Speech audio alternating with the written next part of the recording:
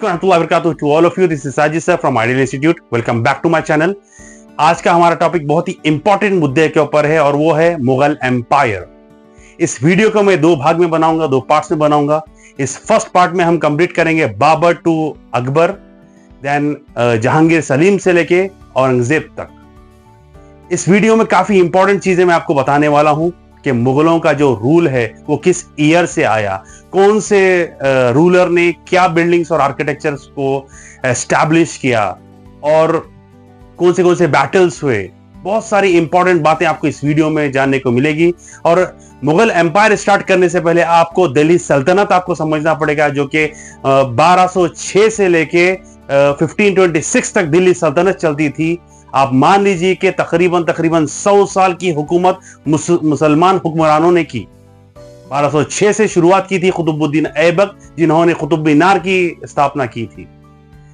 कई सालों तक उन्होंने राज किया। उसके बाद आए अलाउद्दीन खिलजी डायनेस्टी कई साल तक चली। मोहम्मद बिन तुगलक और भी काफी सारे सैयद है, और इब्राहिम लोदी जो कि 1526 तक रूल करे थे। 1526 से पहले दिल्ली सल्तनत कही जाती थी हमारे इंडिया को। दिल्ली सल्तनत का मतलब यह था कि जो भी बादशाह की हुकूमत करता वो सिर्फ और सिर्फ दिल्ली के खित्ते में ही जो है ना रूल करता था। लेकिन जब मुगल एम्पायर आए, उन्होंने ना ही कि सिर्फ दिल्ली बल्कि सारे इंडिया के अतराफ में, ताकि इंडिया को बर्रे सगीर कहा जाता था। बर्रे सगीर में आपको अफगानिस्तान आ जाता था, बांग्लादेश, नेपाल, भूटान, काफी सारे एरियास इसके अंदर आ जाते थे। आज के टाइम में जो अखंड भारत की जो बात होती, तो ये जो मुगल्स आए, इन्होंने पूरा का पूरा इंडिया को जो है ना अपने कब्जे में कर लिया था। अब ये सवाल पैदा होता है कि मुगल्स इंडिया में आए क्यों। तो सबसे पहला जवाब इसका यह है कि इनको बुलाया गया था दौलत खान लोधी की तरफ से, जो कि इब्राहिम लोधी जो हुकूमत कर रहे थे, इनके ही चचेरे भाई थे। उन्होंने इनको दावत दी कि आए और दिल्ली पे कब्जा करें, क्योंकि उस वक्त इब्राहिम लोधी से हर कोई तंग आ चुका था। इवन उनके घर वाले तक उनसे तंग आ गए थे।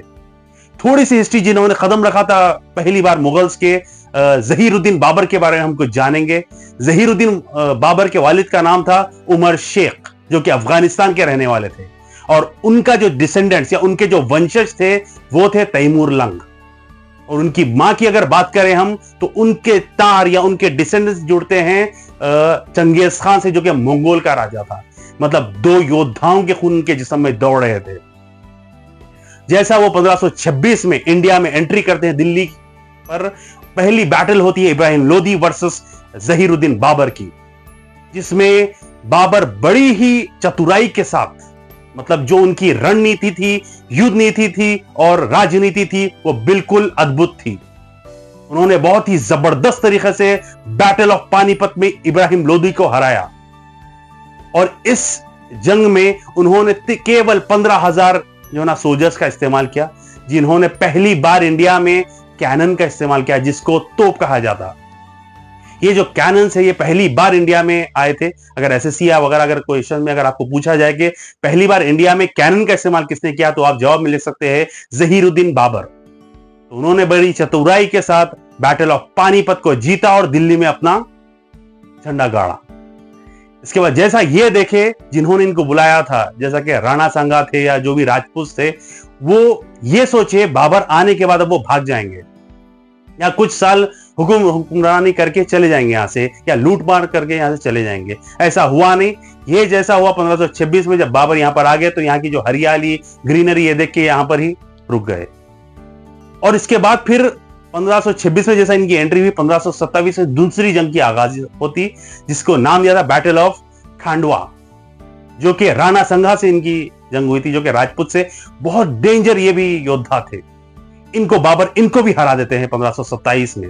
1528 में फिर से जंग होती, जिसको कहते हैं बैटल ऑफ चंदेरी, जो कि मदीने राय जो राणा सांगा के जो सपोर्टर थे, उनसे ये तीसरी जंग होती है। चौथी जंग अगेन होती है बैटल ऑफ गगर, जिसमें मुस्तफा लोधी या उनके जो वंशज होते हैं वो उनसे बाबर से जंग लड़ते हैं।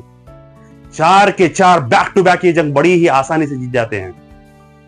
और ये 4 जंग 1526 से लेकर 1530 तक होते हैं। बैक टू बैक हर साल में एक होती है, और ये हर जंग बाबर बड़ी आसानी के साथ जीत जाते हैं।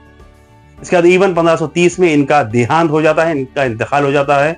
और इन्होंने ये सारी बातें अपनी ऑटोबायोग्राफी में लिखी जिसका नाम था तुझ के बाबरी, जो कि तुर्किश में थी। आगे चल के मैं आपको बताऊंगा अब्दुर्रहीम खुर्रमखाना जिन्होंने इसको ट्रांसलेट किया था पर्शियन लैंग्वेज में, इसको हम फारसी कहते हैं। इसमें इन्होंने काफी सारी बातें बताई, क्यों ये इंडिया आए थे वगैरह वगैरह। तो यहां पर तक सिर्फ 4 साल ये हुक्मरानी यहां पर करते हैं। इनका जैसा इंतकाल होता है, इसके बाद गद्दी संभालते हैं हुमायूं, जो कि हमारे दूसरे योद्धा हैं। हुमायूं का जो दौर था वो 1530 से लेकर 1540 रहता है। 1540 में ये हारते हैं। 1555 तक यहां पर मुगल्स यहां पर गायब रहते हैं। फिर से 1556 में ये गद्दी वापस लेते हैं।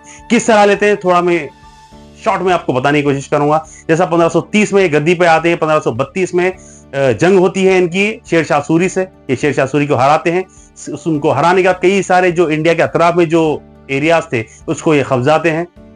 कब्जा करने का इसी तरह वो आगे बढ़ते हैं। 1538 या 39 में उनकी फिर से एक जंग होती है बैटल ऑफ मालवा करके। उसमें ये इनकी बहुत बुरी हार होती है हुमायूं की। 1540 में इनको इंडिया से भगा दिया जाता है। 1540 से लेकर 1555 तक ये काफी सारी रणनीति में मसरूफ होते हैं। 1540 में ये हामिदा बानो से निकाह करते हैं। इनको बेटा होता है जिनका नाम ये रखते हैं अकबर, जिसको मोहम्मद जलालुद्दीन अकबर के नाम से, जो कि आगे चल के बहुत बड़े रूलर बनने वाले हैं। उनकी पैदाइश होती है 1542 में। इसके बाद ये अमरकोट में जाके स्थित हो जाते हैं, जो कि इंडिया का बॉर्डर आज जो पाकिस्तान में है। वहां पर जाके रहना शुरू कर देते हैं, क्योंकि हुमायूं को यहां से भगा दिया गया था। फिर वो पर्शिया जाते हैं। याद रखिए पर्शिया, ईरान और इराक जब मिलके थे जब उसको पर्शिया कहा जाता था। कुछ साल वो पर्शिया में रहने के बाद 1545 से 1555 तक ये प्लानिंग करते हैं किस तरह शेरशाह मतलब सूर्य डायनेस्टी को हराया जाए। इनको हराया गया था शेरशाह सूरी से। शेरशाह सूरी रूल करते हैं दिल्ली पे 1540 से लेकर 1545 तक। इसके बाद फिर इनका इंतकाल होता है।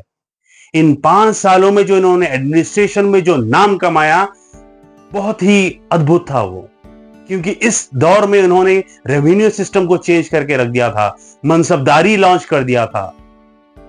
होम मिनिस्ट्री जो होती है, लॉ एंड ऑर्डर, उसको बहुत जबरदस्त तरीके से चला रहे थे। और इवन कहा जाता है कि रुपया सिस्टम इनके दौर में इंट्रोड्यूस हो चुका था। 1555 में हुमायूं वापस आते हैं। वापस आके जो इनकी संतान होती है सिकंदर शाह सूरी उस वक्त रूल करते हैं। तब इनके साथ जंग होती है और हुमायूं वापस अपने जो 3 भाई है अस्करी वगैरह उनके साथ प्लानिंग करने के बाद ये जब जंग लड़ते हैं तो 1555 में इनको विजयी घोषित किया जाता है। 1555 में वापस मुगल एम्परर हमारे दिल्ली में शुरुआत हो जाती है। इनके दौर में क्या क्या बना हम ये देखेंगे। इनके दौर में बना दीन पनाह सिटी और एक शेर मंडल करके इन्होंने लाइब्रेरी सेटअप की थी। और कहा जाता है 1556 में जब ये मगरिब की अज़ान होती है, जब वो बाहर निकल के सीढ़ियों से शेर मंडल से उतरते होते हैं, जब सीढ़ियों से गिरते हैं और गिरने के बाद इनका इंतकाल हो चुका होता है। 1542 में जलालुद्दीन अकबर का जो है ना बॉर्न होते हैं, पैदा होते हैं वो। 1556 में हुमायूं का इंतकाल हो रहा है और इनको से केवल एक ही बेटा था इनसे। अब इसकी जो गद्दी है वो अकबर के हाथों में आती है। आप इमेजिन करिए, आप कैलकुलेट करिए, 1542 से लेकर 1556 में केवल 14 साल के अकबर हैं। और अकबर जब 14 साल के होते हैं, आप इमेजिन करिए 14 साल का बच्चा हम और आप जब थे, तो जब हम कलम चलाना सीख रहे थे, लेकिन इनको सर कलम करना सिखाया जाता है। इनको रणनीति सिखाई जाती है, इनको राजनीति सिखाई जाती है, इनको युद्ध नीति सिखाई जाती है। और इनकी सदारत करते हैं बैरम खां। बैरम खां इनकी रेजिमेंट में से होते हैं, जो कि बहुत ज्यादा इनको सपोर्ट करते हैं काफी सारे इनके बैटल्स में। इवन जब ये गद्दी पे चढ़ते हैं, जब कोरोनेशन सेरेमनी जब होती है, तब सूर्य डायनेस्टी के जो एक हेमू करके एक कमांडर होते हैं, जैसा उनको पता चलता है कि केवल 14 साल का बच्चा है, तो ये आगाज करते हैं जंग की। उसी साल एक जंग होती है जिसका नाम दिया गया है battle of Panipat 2, because already Panipat 1 already Babur और लोधी के बीच में हुई थी, जिसमें लोधी की बहुत बुरी हार हुई थी। इस जंग में अकबर जीत जाते हैं because Bairam Khan was very experienced. Hemu जो हेमू होते हैं उनको हार का सामना करना पड़ता है, जो कि एक राजपूत होते हैं। इसके बाद बात आगे बढ़ते रहती है। इसके बाद अकबर की तरफ से एक फरमान जारी होता है कि जितने भी मेरे अतराफ में प्रोविंसेस है वो जैसा अपनी हुकूमत चलाना चाह रहे हैं चला सकते हैं, बट उसके दौर में आपको जिजिया टैक्स देना पड़ेगा या टैक्स देना पड़ेगा। ये जिजिया टैक्स वो टैक्स होता है जो कि एक प्रोटेक्शन टैक्स होता है। ये उन सबको वादा करते हैं जब कभी कोई भी दूसरे शासन के लोग आपके ऊपर अगर अटैक करेंगे तो सब में पहले मैं उसका सामना करूंगा। तो उस प्रोटेक्शन का ये टैक्स लगाते हैं। तो काफी सारे जो अदर प्रोविंसेस के जो लोग रहते हैं, राजा रहते हैं, बादशाह रहते हैं, वो इनकी बात नहीं मानते, कुछ मान जाते हैं। इसके बाद ये जो इनका फरमान है आमिर डायनेस्टी के जो राजा भरमाल होते हैं वहां पर पहुंचता है। ये एक राजपूती रजवाड़े होते हैं। जब इनके पास ये फरमान आता है तो ये इमीडिएट कहते हैं कि मैं आपकी सारी शर्तों को कबूल करता हूं। ये उनकी सारी शर्तों को कबूल करते हैं, ना ही के शर्तों को कबूल करते हैं अकबर के, बट ऑल्सो वो अपनी बेटी हरका बाई, जिसको हीर कुमारी का नाम मिला था, आगे चल के जिनका नाम जोधा भी पढ़ा था, जिन्होंने हम सब ने जोधा अकबर मूवी भी देखी होगी, वो जोधा उनके साथ उन्होंने शादी करा दी। एक बात आप ये भी गौर कर लें, जो जोधा है वो एक हिंदू है, अकबर तो मुस्लिम है। जोधा अपनी सारी जिंदगी इस्लाम नहीं लाती और अकबर कभी उनको फोर्स नहीं करते। तो ये गलत र्यूमर्स फैलाया जाता है कि किस तरह मुगल्स मुसलमानों, हिंदुओं पे या गैर मुस्लिम कौम के ऊपर बहुत ज्यादा जुल्म करते थे। ये ऑलमोस्ट कुछ हद तक बात गलत भी है, बिकॉज ऐसी इस स्टोरीज में हमें कुछ भी देखने को नहीं मिलता। जोधा अपनी सारी जिंदगी हिंदू ही रहती है। इन लोगों का जो है ना शादी होती है, मैरिज होती है, ये लोग आगे अपनी जिंदगी बसर करते हैं। देन उसके बाद और एक बैटल होती है जो कि काफी सारे आपको क्वेश्चंस में पूछा जाता है, battle of Haldi Ghati. Battle of Haldi Ghati अगर आपसे पूछा जाए तो इसमें जो जंग हुई थी वो महाराणा प्रताप के साथ हुई थी, अकबर की जंग। इसमें मान सिंह जो जोधा के जो भतीजे होते हैं ये इनको पूरा सपोर्ट करते हैं, जो कि ये भी एक राजपूत होते हैं। बिकॉज राजपूत जो थे इंडिया में हमारे, वो लोग युद्धों में बहुत ज्यादा शार्प होते थे, बहुत जबरदस्त फाइट करते थे। तो इसके बाद ये दोनों मिलते हैं और मिलके महाराणा प्रताप जो कि बहुत ज्यादा हाई लेवल के कमांडर होते, उनको हराते हैं। बैटल ऑफ हल्दी घाटी, अकबर महाराणा प्रताप को हराते हैं। इसके बाद काफी सारे किलों को वो अपना लेते हैं, जैसा कि गुजरात है, गुजरात को अपना प्रोविंस बना लेते हैं, और कश्मीर हो गया, काबुल तक भी वो चले जाते हैं, और अहमदनगर जो कि चांद बीबी वहां पर रूल करती है। काफी सारे योद्धाओं को हरा कर अपने वंश में कर लेते हैं सारे एरियाज को। इसके बाद अगर हम इनके बिल्डिंग्स की अगर बात करें या अगर इनके वर्क की अगर बात करें तो आगरा फोर्ट इन्होंने बनाया, फतेहपुर सिकरी इसको भी इन्होंने बताया, जिसके अंदर फतेहपुर सिकरी के अंदर इन्होंने बुलंद दरवाजे की जो स्थापना की, ये भी इन्हीं के द्वारा की गई। इलाहाबाद फोर्ट भी इन्होंने बनाया, और जोधा महल भी इन्होंने बनाया जो कि फतेहपुर सिकरी में है। और इसके साथ साथ इन्होंने दीवाने आम, दीवाने खास और इबादत खाना इन्होंने बनाया। सभी मजहब के लोगों को एंट्री थी उसमें। और दीन इलाही एक इन्होंने ये स्टेप लिया था जहां पर सारे उलेमाए कराम इनके खिलाफ हो गए थे। दीन इलाही एक ऐसा मजहब था, इनकी द्वारा ये सोचा गया था कि जितने भी मजहब की अच्छी बातें हैं इन्होंने कलेक्ट करके इसको एक मजहब का नाम दे दिया था, जिसको सिर्फ और सिर्फ कहा जाता है कि बीरबल और कुछ 8-10 लोग ही इस मजहब में आए थे। और इसके साथ साथ इन्होंने तुलादान सिस्टम भी रखा था, जो कि ये भी बहुत ज्यादा पॉपुलर हुआ था। तुलादान सिस्टम में जब कभी बड़ी जंग ये जीत कर आते थे, तब एक तरफ अकबर को बिठाया जाता था वेजनिंग मशीन में, और दूसरी तरफ जो है ना सोना, चांदी, जेवरात वगैरह सारी चीजें रख दी जाती थी। इसी तरह जितना भी जेवर, जितना तोल किया जाता था, उसको सारे गरीबों में बांट दिया जाता था। तो इन सारी चीजों की इन्होंने स्थापना की थी, और भी कई सारी अच्छी चीजें इन्होंने की थी। मजहब में कोई भी ये डिस्क्रिमिनेशन नहीं रखते थे। एक लास्ट 9 जेवल्स की बात करके मैं अपनी बात खत्म करता हूं। जो इनके 9 जो जेवल्स है, मतलब ऐसा मान लीजिए अब ये 9 इनके मशवरेकार थे, एडवाइजर्स थे। इनकी एडवाइस के बगैर ये कभी आगे नहीं बढ़ते थे। तो समय पहली अगर मैं बात करूं, बीरबल, अकबर और बीरबल की जोड़ी तो आपने सुनी होगी। बीरबल जो कि एडवाइजर थे, जब कभी भी कोई भी ऐसी प्रॉब्लम आती थी, चाहे वो युद्ध में हो या कुछ भी किसी में भी हो, तो पहले बीरबल इनको अपनी एडवाइस दिया करते थे, जो कि हिंदू थे। नेक्स्ट तानसेन जो कि बेहतरीन म्यूजिशियन थे। इसके बाद टोडरमल हो गए, फाइनेंस मिनिस्टर उनके हाथ में थी। मान सिंह चीफ कमांडर, मतलब 4 के 4 तो पूरे हिंदू ही हो गए। अब्दुल खान खाना मैंने जैसे बताया था, जो कि बैरम खान के बेटे थे, इन्होंने ही बाबर नामे को पर्शियन लैंग्वेज में ट्रांसलेट करके लिखा था। इसके बाद अबुल फैजी हो गए जो कि पोएट थे। फजल हो गए, पोएट थे।